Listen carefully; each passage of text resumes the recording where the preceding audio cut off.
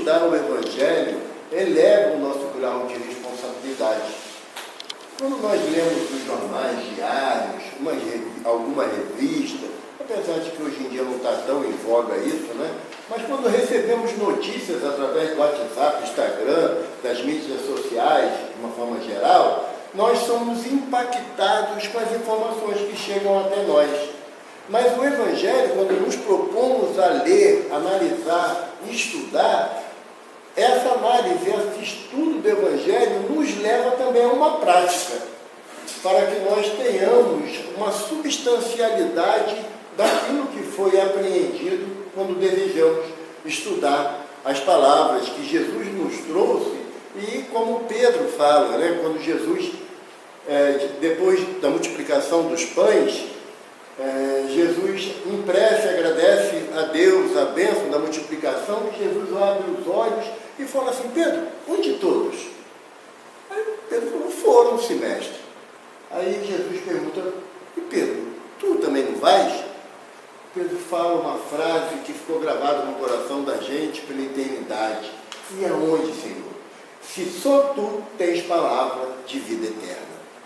E é no Evangelho. Não é fanatismo religioso, não é pieguismo, é inteligência para o Espírito seguir as palavras de Jesus. Porque realmente são palavras de vida eterna. Jesus fala para os discípulos, após a ceia, que antecedia a sua prisão, ele fala: eu já não vos chamo mais de servos, mas de amigos e irmãos, porque tudo que eu ouvi do meu Pai, eu vos disse. Então o Evangelho é de Deus, é a boa nova que Jesus nos traz, mostrando para todos nós que é realmente Jesus o nosso guia e modelo, como os Espíritos respondem a Kardec na questão 625. E no Evangelho segundo o Espiritismo, nesse capítulo, no capítulo 9, Bem-aventurados que são brandos e pacíficos, é um capítulo que, claro, nós almejamos um dia alcançar essa bem-aventurança de ser brandos e pacíficos. E eu estava falando com o Marquinho antes, fui conversando com o Fred no caminho, as mensagens de Lázaro, do Espírito Lázaro, contidas no Evangelho segundo o Espiritismo, são de uma beleza absurda, contundente, firme, mas de extrema amorosidade no sentido de querer nos fazer pensar nos ensinamentos de Jesus. E o tópico de hoje, que é o item 9, o item 8 desse capítulo 9, que é obediência e resignação, que são dois atributos que o espírita já está bem calejado nisso, né? O espírito é obediente, não reclama de nada, tudo que acontece na nossa vida a gente sabe que tem um planejamento, então a gente não reclama, e também não reclama pela resignação. Sabemos, né, que tudo que acontece no nosso dia a dia, né, Luiz? Estava bem programado, então a gente não reclama. Quando nos tornarmos espíritas, nós realmente iremos entender a obediência e resignação na amplitude que Lázaro nos traz. E eu queria pedir a vocês a paciência para ler. Como o Luiz falou, é um texto pequeno, mas é pequeno pela grande capacidade do Espírito Lázaro em condensar tamanhas informações em algumas linhas. Eu vou ler para a gente. A doutrina de Jesus ensina em todos os seus pontos a obediência e a resignação, duas virtudes companheiras da doçura e muito ativas, se bem os homens erradamente as confundam com a negação do sentimento e da vontade. A obediência é o consentimento da razão e a resignação é o consentimento do coração. Forças ativas ambas, porquanto carregam o fardo das provações que a revolta insensata deixa cair. O pusilânime não pode ser resignado, do mesmo modo que o orgulhoso e o egoísta não pode ser obediente. Está escrito Evaldo aqui no final, não sei porquê. Jesus foi a encarnação dessas virtudes que a antiguidade material desprezava. Ele veio no momento em que a sociedade romana perecia no desfalecimento da corrupção. Veio fazer que no seio da humanidade deprimida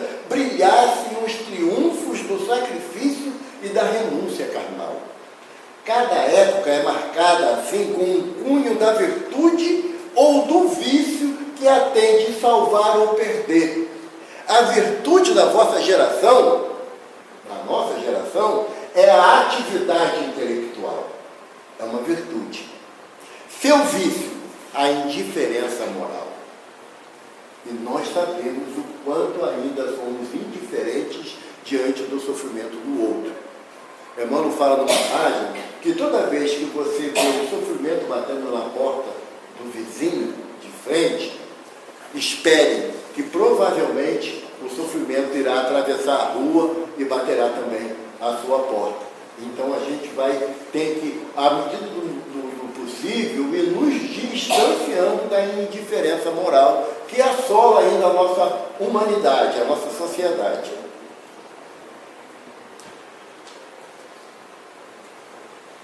Digo apenas atividade em relação à parte intelectual, porque o gênio se eleva de repente e descobre por si só horizontes que a multidão somente mais tarde verá, enquanto que a atividade é a reunião dos esforços de todos para atingir um fim menos brilhante, mas que prova a elevação intelectual de uma época. Chegou, é minha sobrinha. Eu falo que ela não vinha, eu castigo ela. Eu brigo, coisa bem carinhosa, sabe? Bem-vinda, filha. Submetei-vos à impulsão que vimos dar aos vossos espíritos. Obedecei à grande lei de progresso, que é a palavra da vossa geração. Ai do espírito preguiçoso, descobriu a gente de novo. Ai daquele que ferra o seu entendimento, que não quer aprender. Ai dele, olha só o que ele fala. Porquanto nós, que somos os guias da humanidade em marcha, lhe aplicaremos o látego e lhe submeteremos à vontade rebelde por meio da duplação, do freio e da espora.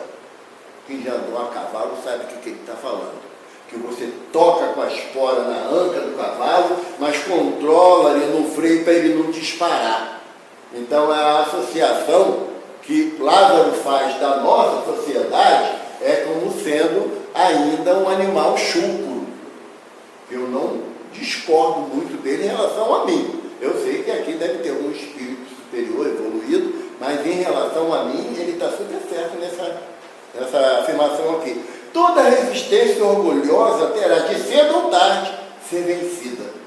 Bem-aventurados, no entanto, os que são brandos, pois prestarão dócil ouvido aos ensinos. Lázaro, Paris, 1862.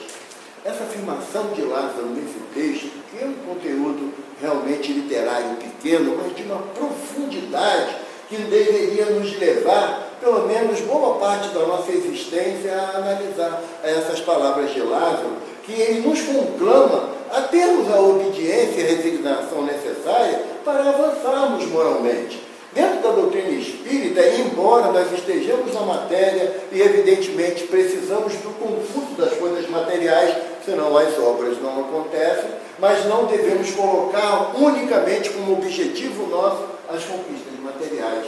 Nós temos algo além que a doutrina nos mostra e nos oferece, que nós devemos nos preocupar, que é a nossa condição de espíritos imortais.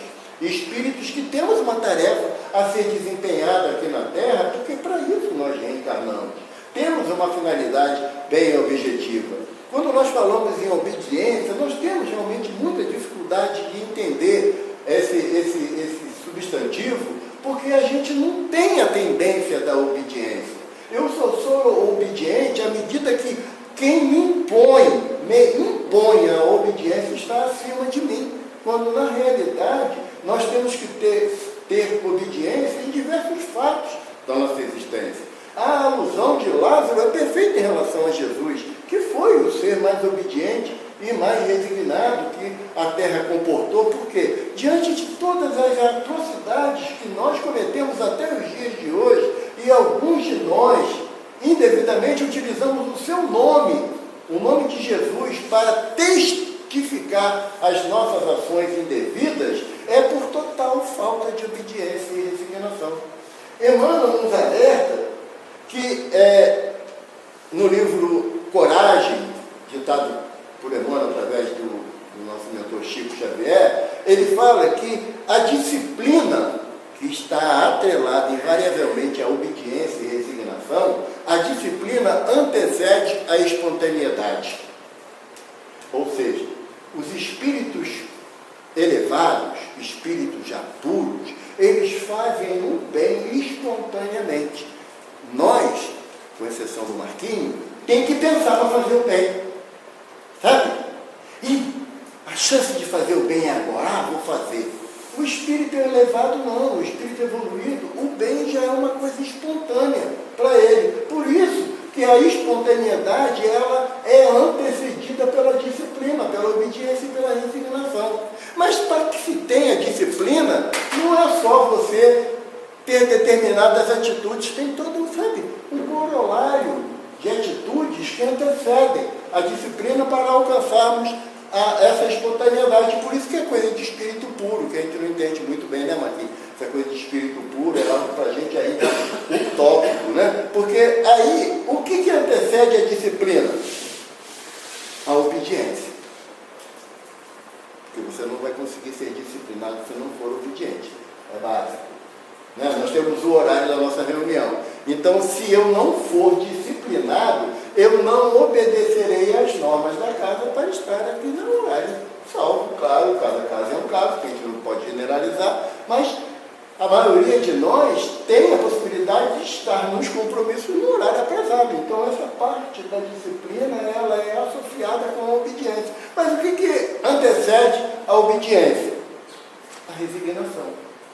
Obediência e resignação antecedem a disciplina. Por quê? Porque se eu não tenho o instinto da disciplina dentro de mim, nas minhas atitudes, nas minhas atividades mais comezinhas do dia, imagina se nós, ao levantarmos de manhã para trabalhar, para exercer atividades que estamos preparados ou organizados para fazer, se a gente não tiver esse princípio de disciplina na nossa vida, de obediência e resignação, a gente não consegue. Quer ver um exemplo? Você pega uma dona de casa, o homem e a mulher trabalham. Chegam os dois juntos em casa.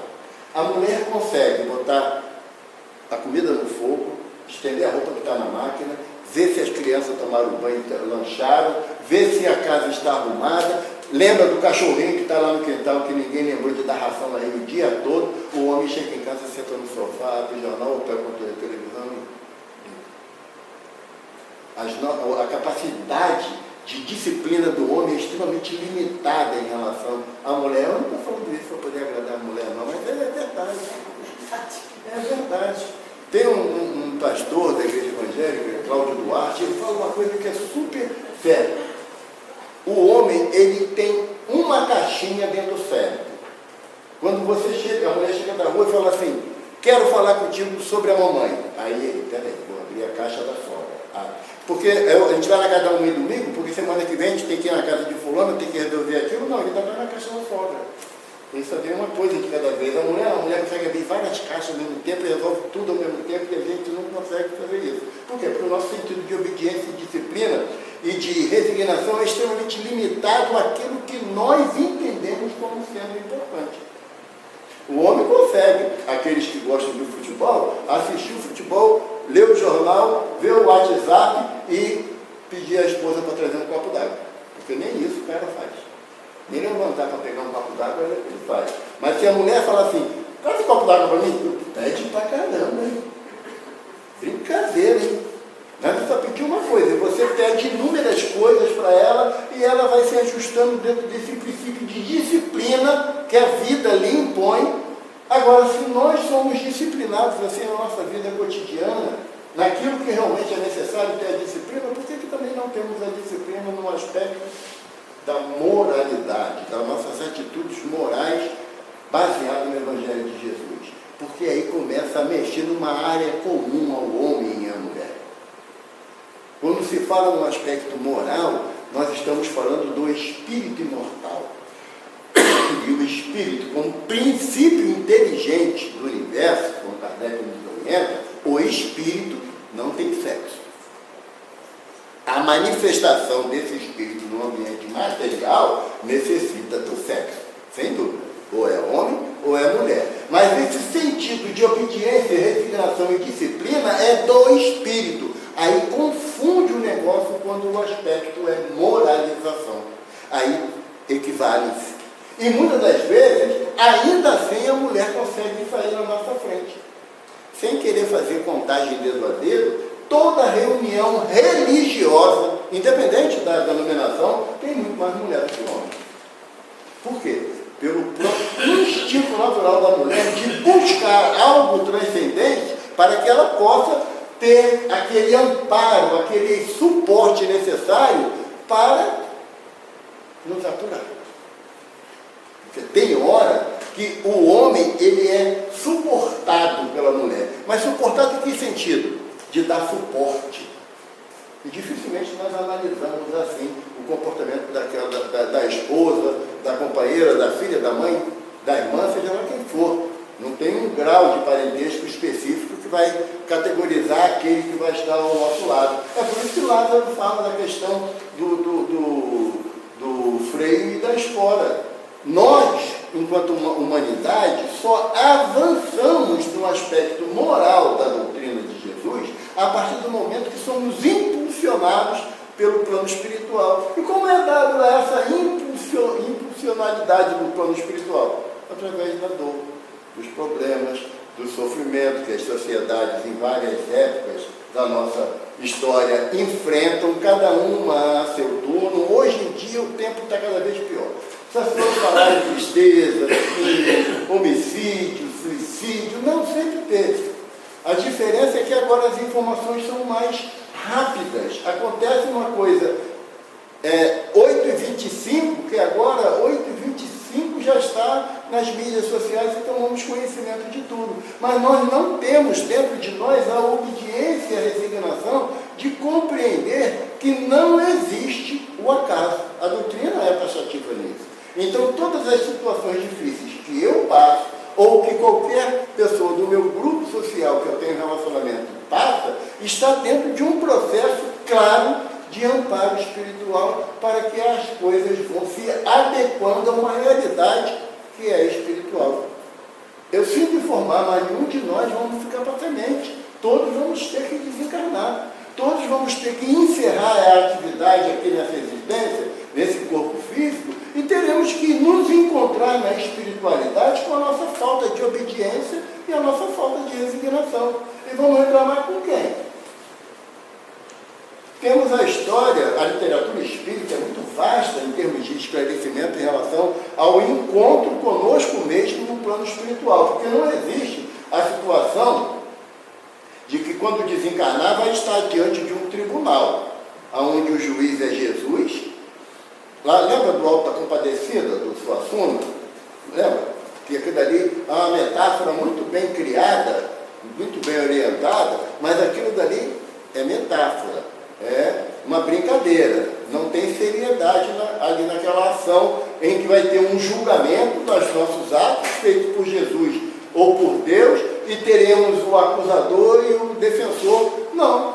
Quando o Evaldo desencarnar, eu estarei frente a frente comigo mesmo, com a minha realidade espiritual. E por que a minha realidade espiritual? Todos os erros que eu cometo nessa existência, eles estarão patenteados. Eu não tenho a quem responsabilizar pelos erros que eu cometi.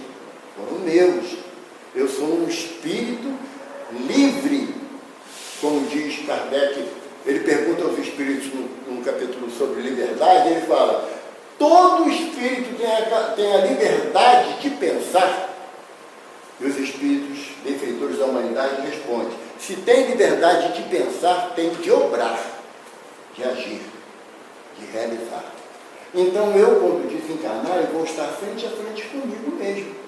Aquilo que eu mantenho na minha tela mental enquanto atitude, reações e ações, é como eu vou me ver no plano espiritual. Então, se eu não tiver o princípio da obediência e da resignação calcificado na minha tela mental como espírito imortal, eu vou chegar no plano espiritual desobediente e sem nenhum tipo de resignação. Ou seja, eu vou chegar, como diz Lázaro aqui, completamente orgulhoso e pusilânime, ou seja, aquele que, sabe, não dá valor a nada de útil. A nossa finalidade, dentro da doutrina espírita, é fazer com que nós pensemos nos nossos atos. Não é texto bonito, não é palavra bonita, não é para chegar aí, como na época de namorado, que a gente falava para a menina, podia estar com o cabelo desgrenhado, do jeito que fosse. Ah, mas você está tão linda hoje. Isso era da época de namorado.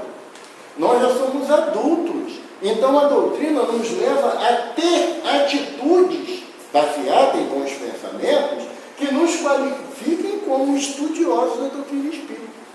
É por isso que nessa linha em que o que antecede a disciplina, a obediência e a resignação, entra o tópico humildade.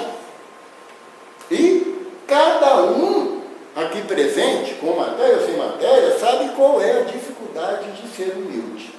Ser humilde não é usar roupa rasgada, chinelo com cores diferentes, ou falar num linguajar inadequado. Não é humildade, não. A humildade é uma condição de cada um dentro da sua realidade, como ele se comporta. No Evangelho tem uma página sobre a verdadeira realeza, não é? Aonde uma rainha disse que ela julgava que quando chegou no plano espiritual ela continuava a ser rainha.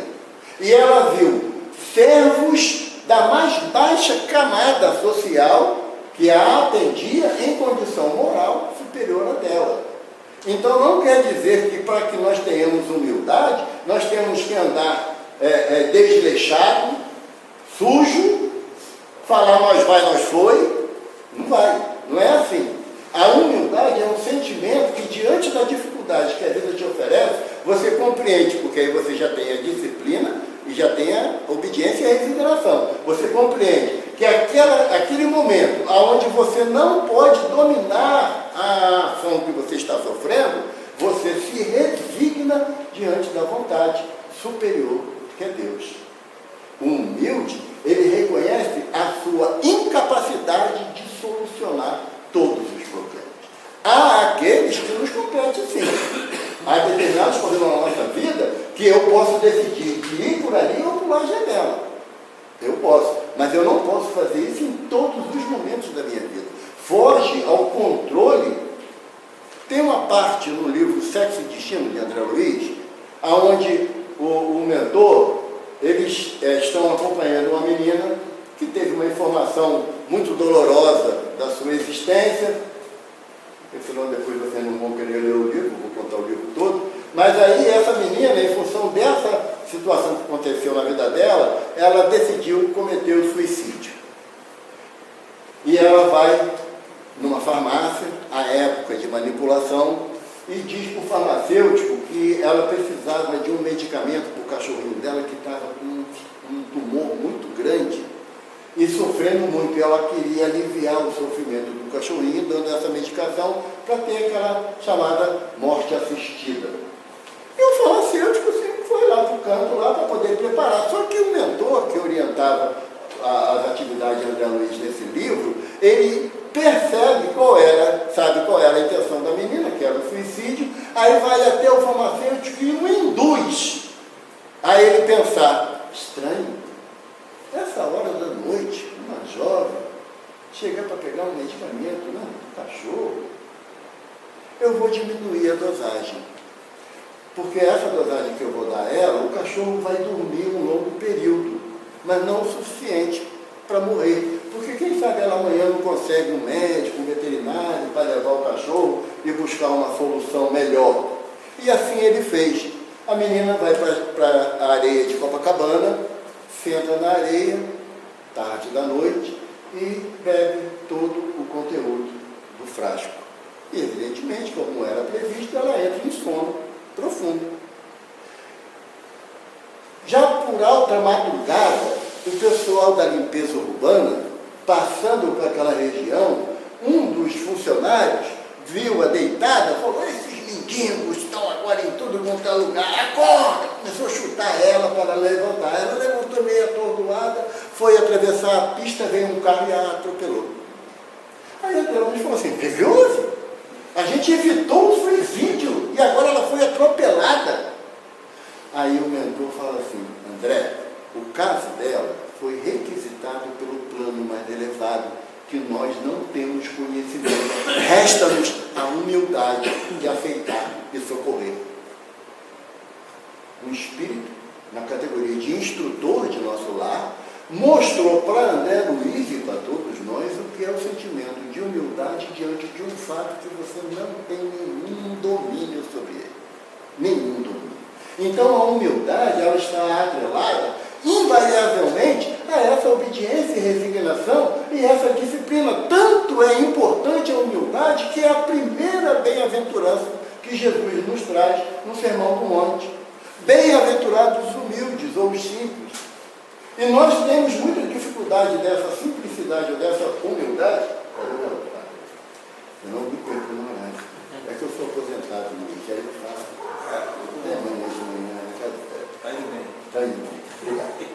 Tá? Então, a gente tem muita dificuldade de entender o aspecto de humildade, que a gente não relaciona a humildade com uma forma como um indivíduo se apresenta. Não, fulano é muito humilde, nem sabe ler direito.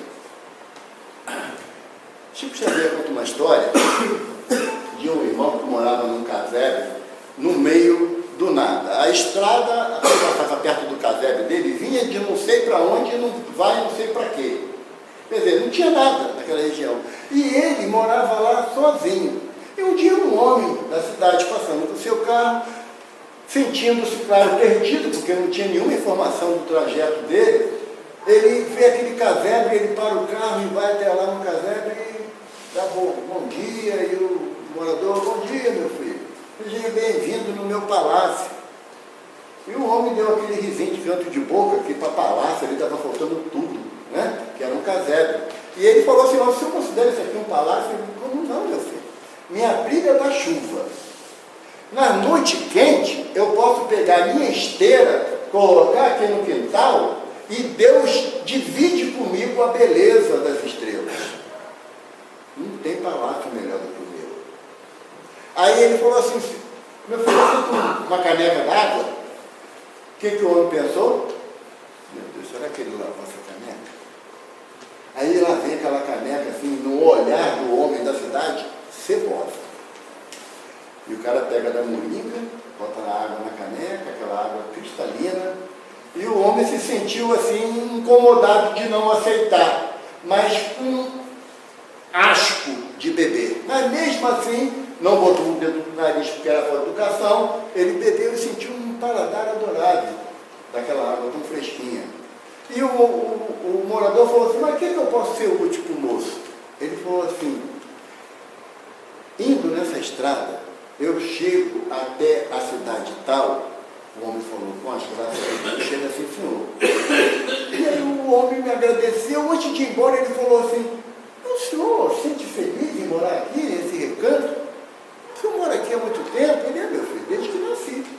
Mas o senhor não tem vontade de mudar? Se eu mudar, como é que eu vou ensinar o caminho ao seu doutor?